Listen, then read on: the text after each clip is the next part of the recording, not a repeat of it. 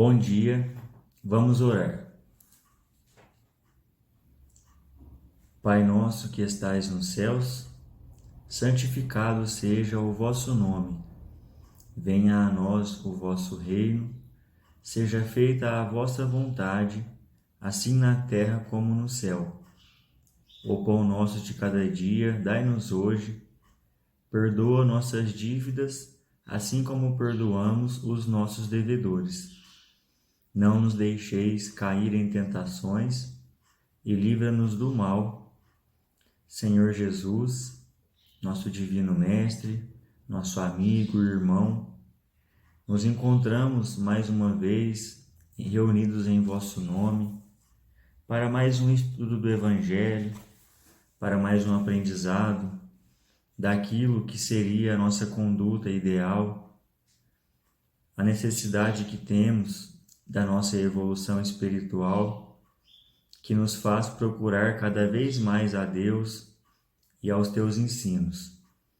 Que nós possamos estar sempre dispostos a colocar em prática tudo aquilo que estamos estudando, que estamos aprendendo, e que possamos passar a olhar com mais fraternidade todos os nossos irmãos.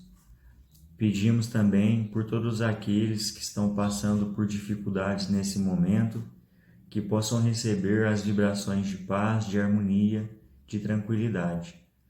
Que assim seja. Hoje nós iremos estudar do Evangelho segundo o Espiritismo, o capítulo 6, o Cristo Consolador, item 1 e 2, o jugo leve.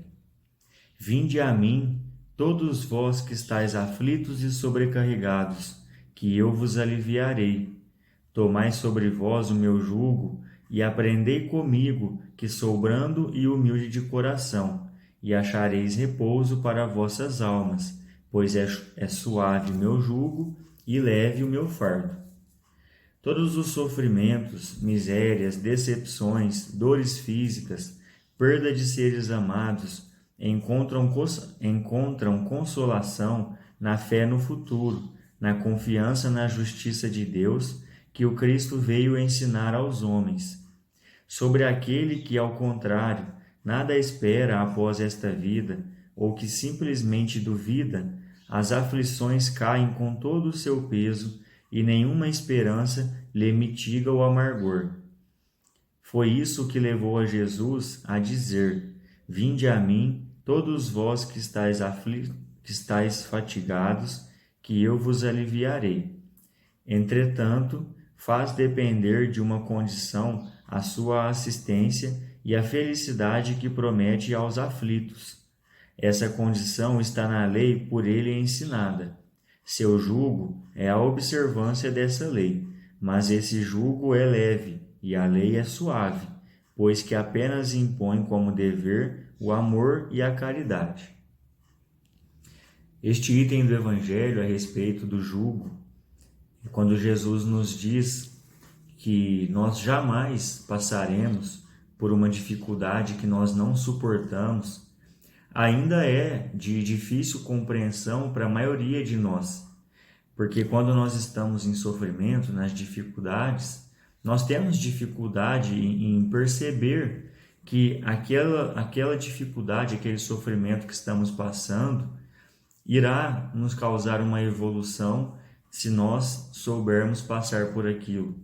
Nós geralmente acreditamos que estamos sofrendo muito mais do que as nossas forças suportam. E isso não é verdade. Nós, quando estudamos o Evangelho, quando refletimos melhor sobre todos os acontecimentos da nossa vida, nós passamos a entender que realmente o sofrimento ele é suportável, porque quando nós começamos a observar também tantas bênçãos que temos em nossa vida. Quantos de nós podemos agradecer por ter amigos, familiares?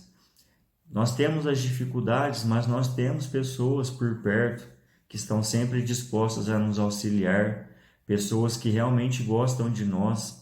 Quantos de nós podemos agradecer a Deus por estarmos trabalhando? Aqueles que não estão trabalhando pelas dificuldades que a situação está impondo, certamente também tem outros benefícios, outras formas de agradecer a Deus, como a saúde, a família que nós já citamos, a própria vida em si é uma bênção. Jesus não tinha uma pedra para encostar a cabeça, ele não tinha nada, ele passou por dificuldades. Chico Xavier tinha várias doenças e muitos outros missionários que vieram à Terra que passaram por dificuldades. E eles nos mostraram que é possível vencer. Nós temos aí muitos exemplos de pessoas que, apesar do sofrimento, dos obstáculos da vida, venceram a sua missão. Então vamos nos espelhar nessas personalidades. E agora, voltando, ao livro Nosso Lar, nós estamos nos aproximando do fim. 15 dias atrás, nós dissemos que André Luiz teve um encontro com a sua mãe e ela veio avisar tudo isso, em espírito, que ela iria reencarnar muito em breve com seu pai e com dois espíritos que estavam em sofrimento com ele. E André Luiz tem uma dificuldade em aceitar, mas por fim ele realmente entende a necessidade daquilo, a grandeza do espírito de sua mãe e passa a compreender. Então a história continua e a dona Laura, a mãe de Lísias, a dona da casa em que André Luiz estava ficando por um tempo, ela também estava prestes a reencarnar. Nós já dissemos em uma outra oportunidade que o seu marido, ele já estava encarnado, ele já habitava o corpo de uma criança e ela agora iria também reencarnar para que no futuro eles pudessem mais uma vez cumprir mais uma missão juntos.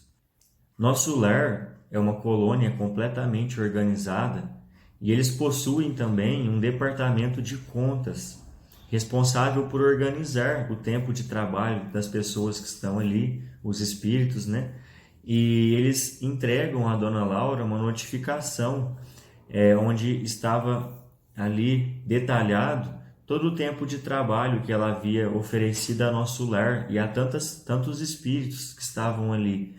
E diz que ela tinha uma quantidade de horas muito grande a favor do próximo ali em Nosso Lar.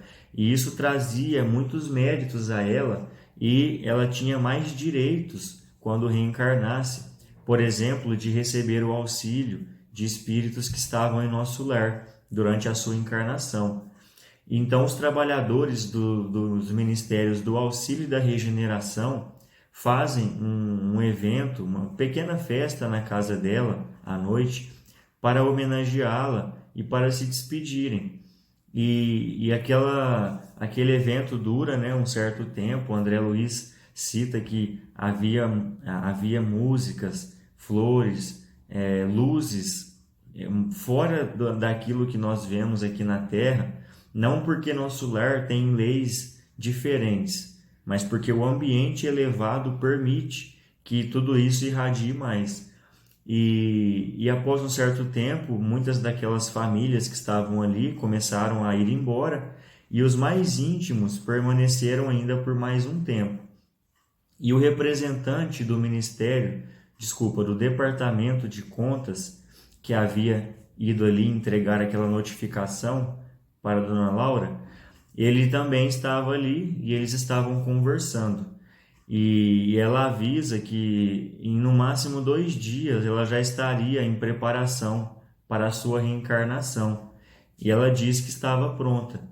Então ele pergunta a ela, ele diz que espera que ela realmente estivesse animada. Então aquele representante do Departamento de Contas diz que era muito importante que ela estivesse animada e que ela tinha a honra de regressar à Terra com uma grande bagagem de trabalho a favor dos mais sofredores em Nosso Lar e que isso com certeza auxiliaria muito a sua encarnação. Nesse momento ela demonstra a dona Laura uma certa preocupação na sua fisionomia e aqueles que estavam mais próximos percebem. Então, ela demonstrando, né, essa preocupação, um dos ministros de nosso lar, o Genésio, ele se aproxima e percebe, né, e mostra para ela que percebeu aquela sua preocupação e diz para que ela confiasse em Deus, que muitos amigos espirituais estariam sempre junto a ela, apoiando na sua vida, para que ela pudesse seguir o melhor caminho possível. E aí nós percebemos o seguinte: a dona Laura, um espírito já esclarecido, mas não um espírito perfeito, assim como todos nós não somos, também tem as suas dificuldades, mas ela está lutando para vencê-las. E nós estamos a caminho disso, porque as dificuldades nós temos mesmo, mas a nossa disposição em vencê-las é o fundamental. E ela cita, né, para Genésio, desabafando um pouco, que as úlceras espirituais, as grandes dificuldades e vícios, ela já havia vencido. Só que ainda existiam cicatrizes. Ou seja, apesar de já ter vencido muitas tentações, muitas dificuldades, ela ainda tinha alguma coisa nela que poderia fazer com que ela voltasse de uma certa forma àquele caminho que ela já não queria mais percorrer. Não quer dizer que ela estava regredindo. Na verdade, ela estava se equilibrando para vencer completamente qualquer vício e dificuldade do seu espírito. Mas ela ainda não havia feito isso de uma forma completa, por não ser ainda um espírito puro. Então ela ainda estava sujeita às tentações, às dificuldades, muito menos do que nós, por exemplo, mas estava. E isso preocupava ela. Ela tinha medo de, quando reencarnar, se deixasse levar pelas suas más tendências. Então o ministro Genésio diz que o egoísmo é a pior das tentações que nós podemos ceder aqui na Terra, e que desde que ela se mantesse concentrada na sua missão, eles sempre estariam conseguindo auxiliá-la. Ela precisava sempre permitir isso, mas que ela tinha todas as condições para isso. E ela diz o seguinte: aqui em nosso lar, as vibrações boas facilitam a nosso acerto, a nosso equilíbrio. Na Terra, nós temos muitas vibrações e forças agressivas, e eu tenho medo de que isso me influencie a tomar medidas que eu não quero tomar mais. E ele diz que nós não podemos, né, o Genésio diz que nós não podemos dar tanta importância às influências inferiores, porque as luzes de Deus serão sempre mais fortes do que qualquer treva. E realmente nós ainda damos uma importância maior às dificuldades e não percebemos a luz de Deus que está sempre presente para nos auxiliar e que é muito mais poderosa, mas respeita o nosso livre-arbítrio. E ele diz também que nós precisamos sempre nutrir sentimentos elevados para o bem. E ela diz que com certeza a sua visita ali, Genésio, aquele representante do Departamento de Contas, aquelas visitas eram providenciais, que ela precisava daquela última conversa para realmente se sentir pronta e com as energias recarregadas para mais uma missão aqui na Terra. E o representante do Departamento de Contas, ele diz que ela tinha extraordinários créditos espirituais. Todo aquele trabalho que ela havia feito em nosso lar durante tantos anos havia dado muitos créditos a ela, e que o próprio gabinete da governadoria de nosso lar havia fornecido para os técnicos que trabalhavam na regeneração, que seriam responsáveis por elaborar o projeto de engenharia mesmo, daquele que seria o seu corpo físico. Eles receberam uma orientação diretamente da governadoria de que eles tivessem um cuidado muito grande com aquele que seria o corpo dela. Eles não estavam, é preciso esclarecer isso, criando um corpo físico ali. Eles estavam projetando características que seriam do seu corpo físico, que seria gerado por sua mãe.